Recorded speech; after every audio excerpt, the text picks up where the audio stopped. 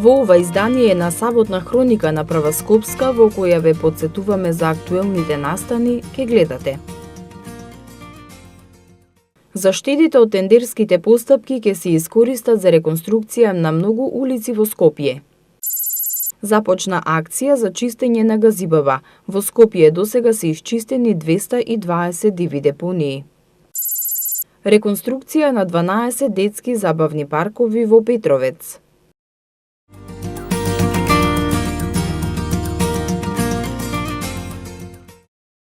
Акција за чистење на општина Газибава започна денеска во насилбата Хиподром, а планирана истата да продолжи во насилбите Маџари, Триангла, Керамидница, Ченто, Железара и Автокоманда. Стартот на акцијата го означија градоначалниците на општина Газибава и град Скопје, Борис Георгиевски и Петре Шилегов, кои потенцираа дека континуираното одржување на јавната чистота ќе овозможи успех во борбата против загадувањето на воздухот на долгорочен план. Помош во справувањето со нечистотијата и дивите депонии, надлежните побараа и од граѓаните. За ефикасна еколошка акција, градоначалникот Борис Георгиевски им се обрати на жителите на општината, уверувајќи ги дека зголемината свест за правилно постапување со отпадот ќе има бенефит врз целокупното живење. Покрај еколошката акција, Георгиевски најави и обнова на урбаната опрема. Целта ни е темелно чистење на зелените јавни површини, дивите депонии, поставување на нова урбана опрема од она што представува обврска од клупи, канти, чешми, кастрење на дрвјата, поставување на урбана опрема од тротоари, бекатони, со цел да ја подобриме животната средина, го подобриме амбиентот во на што ни представува наше обкружување. Сакам да упатам апел до граѓаните дека ќе треба и они да ни се придружат за да можеме навистина во оваа акција да успееме сите заедно. Не се доволни само 200 вработени од јавните предпријатија на град Скопје. 90 од јавното комунално предпријатие на општина Газибава.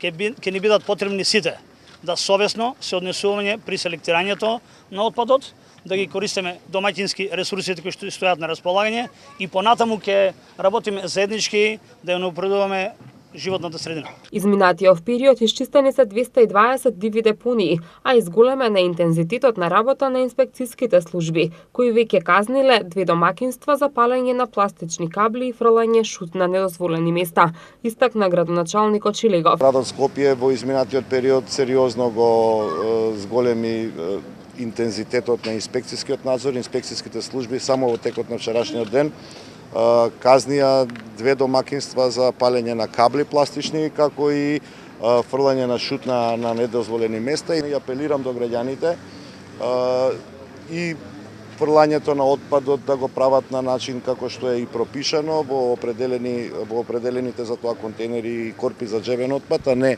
на секаде околу нас, а шутот да го згрижуваат, односно да го ставаат онаму каде што општините веќе имаат определени места и локации. Шилегов исто така потсети дека досега се чистело во општините Центар, Ѓурче Петров и Карпош, а следната седмица ќе се чисти во општина Бутел, со цел превенција на состојбите кои може да предизвикаат загадување на воздухот. Работиме на превенирање на состојби кои што може да предизвикаат загадување уште во летниот период, кога за тоа многу малку луѓе и може би помислуваат. Ни предстои зимата. Чистењето всушност е да ја подигнеме онаа прашина која што е по улиците, која што во текот на зимскиот период представува дел од загадениот воздух во нашиот град.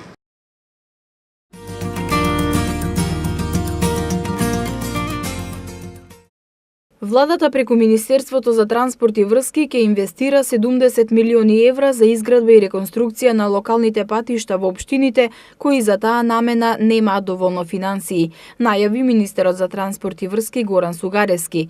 Повеќето од општините што ги посетил во изминатиот период, како што рече министерот, немале доволно пари од општинските буџети за подобрување на лошата состојба на локалните патишта.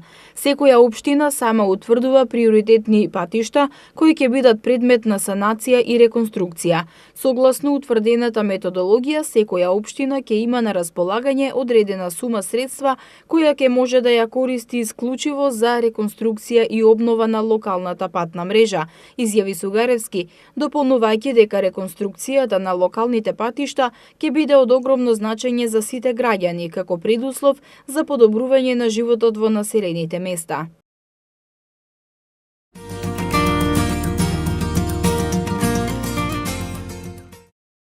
Се реконструираат детските забавни паркови во општина Петровец. Градоначалникот Борче Митевски во изјава за Прва Скопска рече дека предвидено е да се реконструираат 12 детски забавни паркови. Во населените места Огњанци и Средно Конјари веќе е завршена реконструкцијата, а во наредниот период ќе се работи и во другите населени места. Градоначалникот Митевски додаде дека покрај реконструкцијата на постојните, општина Петровец ќе изгради и нови забавни паркови, каде најмладите жители ќе го поминуваат слободното време во играње. Има потреба на уште нови забавни паркови. Предвидено е да направиме забавен парк во населеното место Чифлик, во населеното место Чоилија и ако се појави потреба за уште некој забавен парк во поголемите населени места, како например Кошо Петровец имаме 3 забавни паркови, во Средно Конјари имаме 1, ако има потреба ќе направиме и уште 1. Во Ржаничино имаме исто така 2 забавни паркови. Ќе продолжиме да градиме. Митевски истакна дека пред почетокот на учебната година општина Петровец извршила и подготовка на училиштата. Во централните и подрачните основни училишта искосена е тревата во сите училишни дворови, а во училиштето Кочо Рацин извршено е молирисување на внатрешните ѕидови.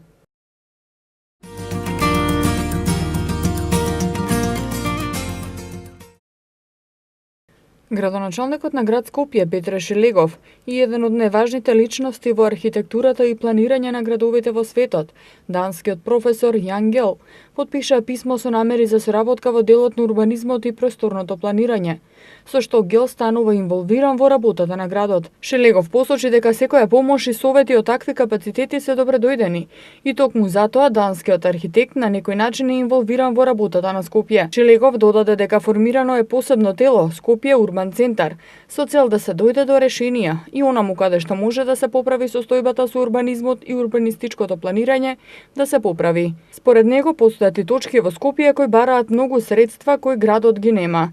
Идејата на се ова е да се спречи можното девење во урбанизмот во иднина. Формиравме едно и посебно тело Скопје Урбан центар со цел да дојдеме до решенија онаму каде што е можно да се поправи состојбата со урбанизмот и со урбанистичкото планирање, да ја направиме нашата околина похумана за живење. За жал, има неколку точки и поенти во Скопје каде што, да речам, изискуваат премногу материјални средства кои што нити нашиот град, нити нашата држава ги има за да може да се рехуманизира состојбата. Идејата е да спречиме во иднина можно дивење во урбанизмот и да санираме она кое што може да се санира. Да, секоја помош е добре дојдена. Да, беше присутен, знаете, во текот на минатата недела и советите кои што ги добиваме од таков тип на капацитети во рамки на во светски рамки се добре дојдени за помошта во градот. Професорот Јан Гел од Данска во моментов е еден од најважните личности во архитектурата и планирање на градовите во светот. Тој бил и советник на градоначалниците на градовите како Њујорк, Мелбурн и Москва, а покажал и голем интерес за Скопје. Целата приказна се сведува на тоа како градот Скопје да го направиме град за луѓе, што е потикнато од неговата книга што се вика Градови за луѓе. Гел работи на една проблематика дека планирањето на градовите, организирањето и квалитетот на живот треба да се сведува на човекот.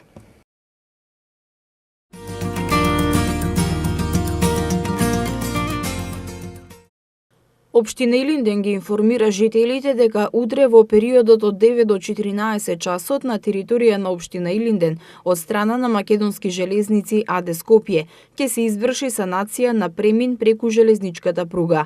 Од Илинден соопштија дека санацијата ќе се изврши на железничкиот премин во населеното место Илинден, место викано Плац. За време на санацијата на железничкиот премин сообраќајот ќе се одвива со посебен режим бележан со сообраќајна на сигнализација. Информацијата за пренасочување на сообраќајот за автобусите на ЈСП Скопје ќе биде објавена и на официјалната страна на ЈСП Скопје jsp.com.mk.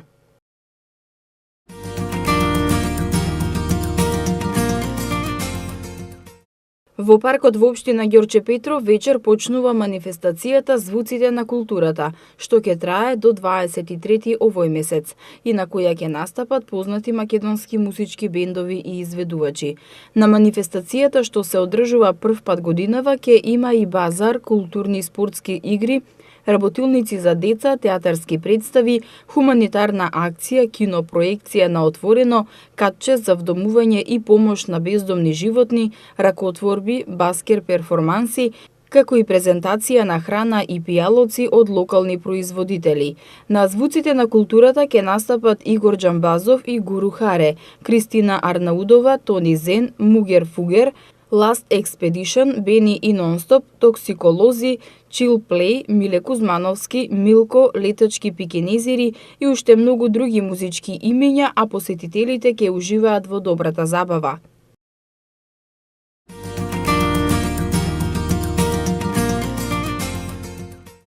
Од 17 до 21 септември во кинотеката на Македонија ќе бидат прикажани 5 филма за бурните настани во 1968. Програмата е насловена Филмови за 68, половина век од половната револуција. Филмската програма идниот понеделник ќе почне со чехословачкиот игран филм од 1970 година Случај за неискусниот джелат по сценарио и режија на Павел Јурачек. Во наредните 4 дена ќе бидат прикажани и бугарскиот документарен филм Агресијата од 2015 година во режија на Ана Петкова. Сонувачи на Бертолучи од 2003 година копродукција меѓу Велика Британија, Италија, Франција и САД. Избор од журналите на филмски новости за 68 документарни филмови од СФР Југославија од 1968. Програмата ќе заврши на 21 септември со македонскиот документарен филм Утопија 1968, годината со Килибар на Надеж. Документарен филм на Никола Т. Калајџиски и Аристид Филатков, снимен оваа година. Проекциите на филмовите ќе почнат во 20 часот. Кинотеката ја организира програмата во соработка со амбасадата на Чешка во Македонија, Чешкиот центар во Софија и Македонската радиотелевизија.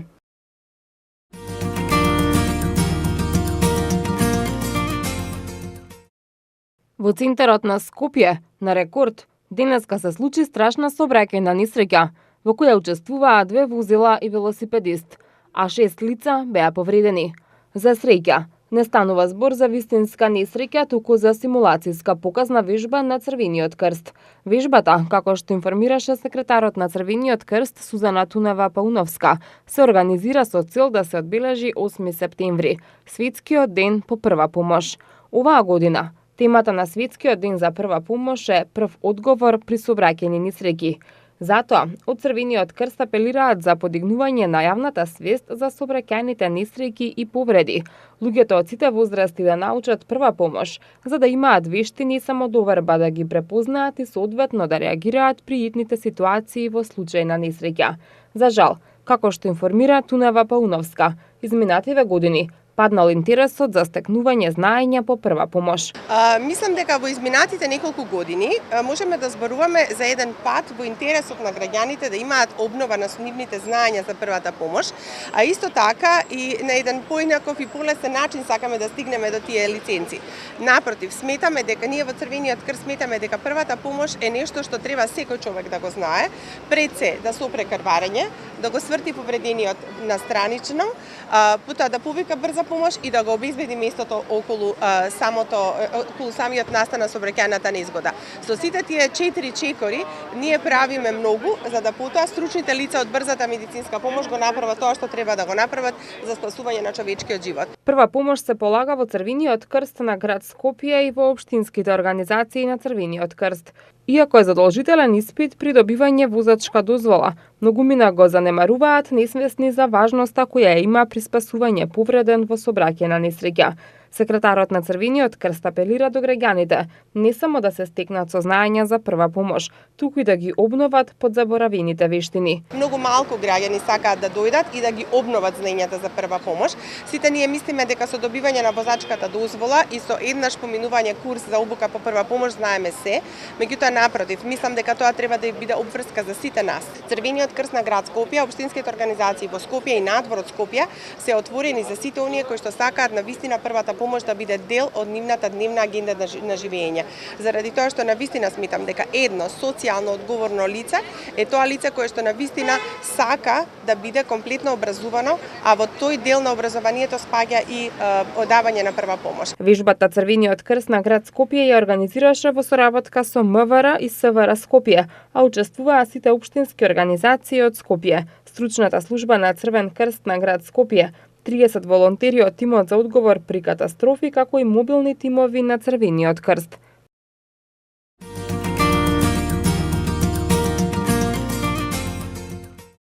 Град Скопје ги објави првите тендери за некои градежни работи. На брифинг со новинарите, градоначалникот на град Скопје Петре Шилегов ги наведе разликите во цената за изградба на поголеми инфраструктурни проекти меѓу претходната и сегашната локална власт. Пример изградбата на булеварот Христијан Тодоровски Карпош. Во првата фаза чинел околу 136 милиони денари, додека во втората фаза чинел околу 106 милиони денари. Тоа значи дека разликата во цената е приближно 22% поевтино. Шилегов ја наведе разликата и за булеварот Партизански одреди, каде се забележува истата разлика. Тендерските постапки за велосипедските патеки во 2017 година исто биле поскапи, во споредба со 2018 година, додаде градоначалникот Шилегов. Истиот пример е и со обезбедувањето на средните училишта. Предходните години тендерските постапки чинеле многу повеќе за разлика од сега. Во 2017 година обезбедувањето на училиштата чинело околу 11,5 милиони денари, а во 2018 чини околу 6,5 милиони денари. Градоначалникот Шилегов рече дека ваквите разлики се сметаат како заштеда, така што може да помогнат во планирањето на буџетот за 2019 година или може да се наменат за реконструкција на повеќе улици низ градот кои не биле планирани. Во однос на реконструкцијата на улиците за следната година, Шилегов рече дека полека се подготвува планот, а во него е ставена и улицата Благоја Стефковски во Маџари, како и дел од Партизанска. Во однос на идните проекти на град Скопје, градоначалникот Шилегов рече дека се подготвуваат неколку големи тендери за кои граѓаните ќе бидат информирани во наредниот период.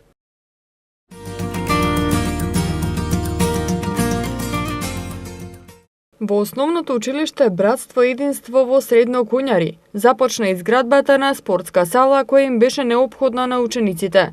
Средствата потребни за изградба на салата се во висина од 180.000 евра, од кои 100.000 евра се обезбедени од буџетот на општината, а 80.000 евра ќе бидат обезбедени од Министерството за образование. Како што изјави градоначалникот на општина Петровец Борче Митевски, се очекува до крајот на оваа година да биде изградена карабината на салата, а целиот објект комплетно да биде завршен и предаден во употреба до мај следната година. Започнаме со изградба на спортска сала во населеното место Средно Куњари, во основното училиште Братство и единство.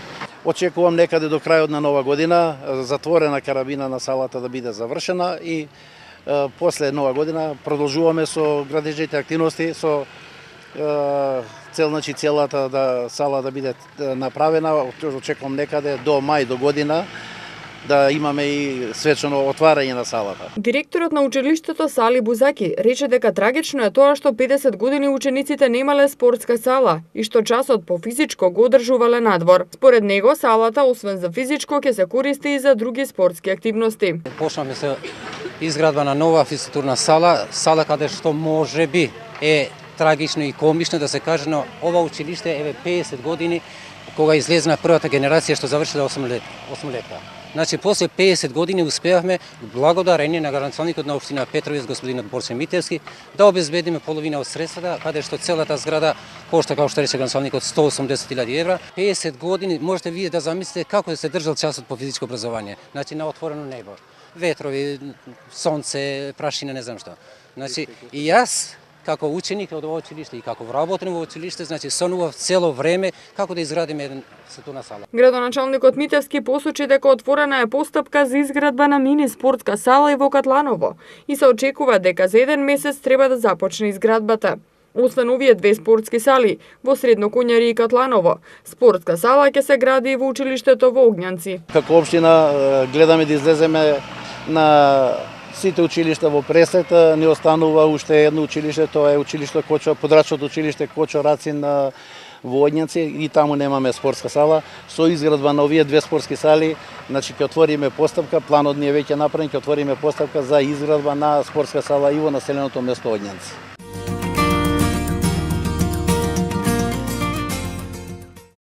Со стартот на традиционалниот фудбалски турнир ГГ Куп, вчера започнаа повеќедневните активности за одбележување на Денот на општината 20 септември. Турнирот, кој од 2001 година секоја година се одржува во месец септември и привлекува голем интерес како од спортските екипи, така и од посетителите. Повторно се враќа на игралиштето во населба Даме Груев, откако пред 7 години беше дислоциран на игралиште во Ѓорче Петров. Како што соопшти градоначалникот на општина Ѓорче Петров Александар Наумовски, задоволството од враќањето на старото име и локација на турнирот се забележува и по бројот на пријавени екипи. На турнирот ќе учествуваат 34 екипи, а надпреварите ќе ги судат судии распоредени од Фудбалската федерација на Македонија. Навистина овој турнир имаше еден белег на самата населба, со што се потврдува и со огромното присуство на пријава на екипи. Ако минатата година имало 23 екипи, годинава имаме 34 и дополнително 20 екипи. Ја длабоко се извинувам на луѓето што се пријавија, меѓутоа не можеме, бидејќи навистина временски не можеше да се одржи турнирот, со што со самото тоа се дава една тежина на турнирот, пријавени се многу квалитетни екипи и цениме дека граѓаните во населба Даме Груев во периодот што престои ќе имаат навистина можност за дружење и другарување со преку фудбалот. Спомнавте дека има голем интерес, дали се должи на наградниот фонд или на традицијата? Што е интересно, наградниот фонд е скратен за разлика од минатата година, значи сепак се работи за традиција. Се работи за луѓе кои што навистина пред тоа беа револтирани, бидејќи неправедно беше однесен на друго место турнирот, беше изменето името, така да ние го вративме на местото каде што му припаѓа и тоа е желбата на самите организатори да анимираат на поголем број на граѓани. Спортот во општина Ѓорче Петров добива континуирана поддршка. Доказ за тоа е и влегувањето во првата фудбалска лига на клубот Македонија Ѓорче Петров. Покрај фудбалот, Наумовски најави финансиска и логистичка поддршка со цел развивање и на останатите спортови. Ние како општина Ѓорче Петров во периодот што измина и што следи, силно го поддржуваме спортот. Со самото тоа што финансиски помогнавме за Македонија Ѓорче Петров од втората лига да се врати во прва лига, ни дава еден дополнителен елан за продолжиме да вложуваме не само во фудбалот, тука и се формираат и нови кошаркарски клубови, веќе имаме и ракометен клуб кој што се натпреварува во женска лига, машкиот ракометен клуб Ѓорче Петров веќе пријави екипа после долго време во втора лига, силно вложуваме во индивидуалните спортови, во нашите таленти во Ѓорче Петров и тоа ќе го правам во целиот мој мандат. Парите што ми стојат мене на располагање како градоначалник за репрезентација, сите да ги поделиме за поддршка на млади спортисти и за други ранливи категории на граѓани. Фудбалскиот турнир ГГ Куп ќе се одржува секој ден се до 23 септември, за кога се закажани финалните надпревари.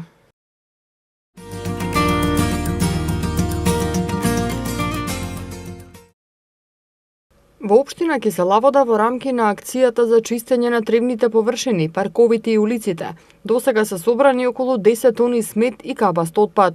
Сезонските работници денеска во местната зедница подстаница вршат целосно расчистување на сметот, а во исто време го собираат и кабастиот отпад одложен на локации во оваа местна зедница. Со овие активности опфатено и чистење на Црниот канал. Покрај ова се косат нараснатите тревни површини, а се кастрат и гранките на дрвјата. информираат од општина Кисела Вода. Акцијата за чистење на територија на Кисела Вода ќе продолжи да се одвива в четврток и петок во населба и село Драчево. Од општината апелираат до сите граѓани за совесно однесување и почитување на законот за јавна чистота, како би придонеле за поздрава и почиста животна средина. Акцијата започна минатата недела во населбите Црничи и Пржино.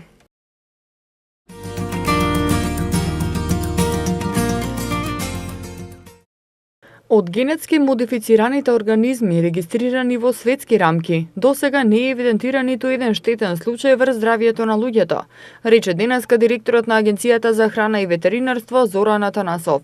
По трибината на оваа тема во Стопанската комора на Македонија, професорот Среќко Ѓорѓиевски од Факултетот за земјоделски науки и храна напомена дека се докажани поголеми штетни влијанија од употребата на хормоните и микотоксините, отколку од генетски модифицираната храна. Поред него, засега не се констатирани генетски модифицирани производи со штетно влијание во исхраната на животните.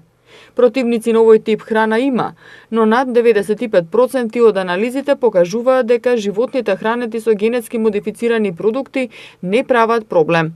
Се уште нема студија која може научно да докаже дека генетски модифицираната храна е штетна, но институциите секако мора да воведат строга контрола, за да нема измама на потрошувачите, зашто целата приказна е тоа, рече професорот. Во Македонија засега само на Факултетот за ветеринарна медицина се прави скрининг за ГМО, иако има уште една лабораторија што може да утврди квантификација. Домашните потрошувачи бараат подобро информирање и регулирање на областа, како и уредување на законската регулатива, додека стопанството е за усогласување со ЕУ легислативата, која строго предвидува, пред да се одобрат и пуштат во употреба ГМО, да се направат детални испитувања за евентуалните штетни последици по здравјето на луѓето. Агенцијата за храна и ветеринарство достави предлог правилник до владата со измени на регулативата според европската, но се уште, како што информира Атанасов, се чекаат мислењата од надлежните. Директорот е дециден дека институциите се способни да гарантираат безбедност на храната.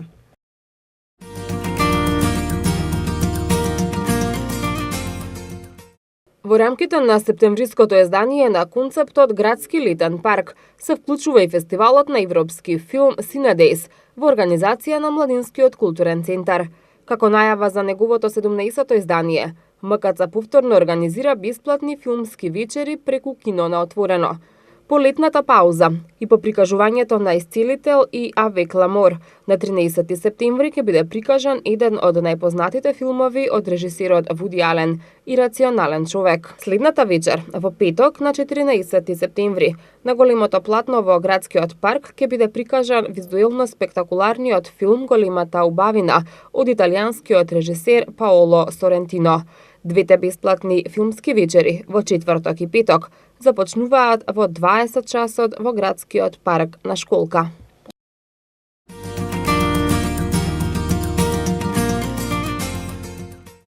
Во првата половина од годинава, осигурителниот пазар забележал пораст од 6,36%, при што во последните 3 години е забележан највисок пораст во сегментот неживот, а сегментот живот забележа раст од 14,63%. Ова го наведува председателот на Советот на експерти на Агенцијата за супервизија на осигурување, Климе Поповски, во интервју за МИА.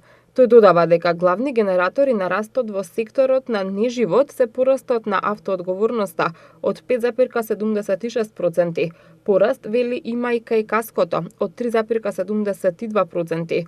Имотното осигурување за прв пат во последните години има пораст од 5,46%. Поповски потенцира дека пораст од 131% е забележан и кај здравственото осигурување, особено кај приватното здравствено осигурување, кое во последните 3 години доживува вистинска експанзија, односно граѓаните се повеќе купуваат полиси за здравствено осигурување, бидејќи опсегот на ризиците што ги покриваат пакетите и продуктите што ги нудат, посебно за третман и лекување по приватните здравствени установи, се повеќе се препознава како голема придобивка за граѓаните. Зголемување има и кај патничкото осигурување за 9,27%. Во делот на животното осигурување, Поповски потенцира дека растот е понизок отколку претходните години, кога бројките беа околу 20, и оценува дека тоа е реален раст. Тоа беше се за оваа емисија, а вие следете ги и понатаму неделните прегледи на вестите.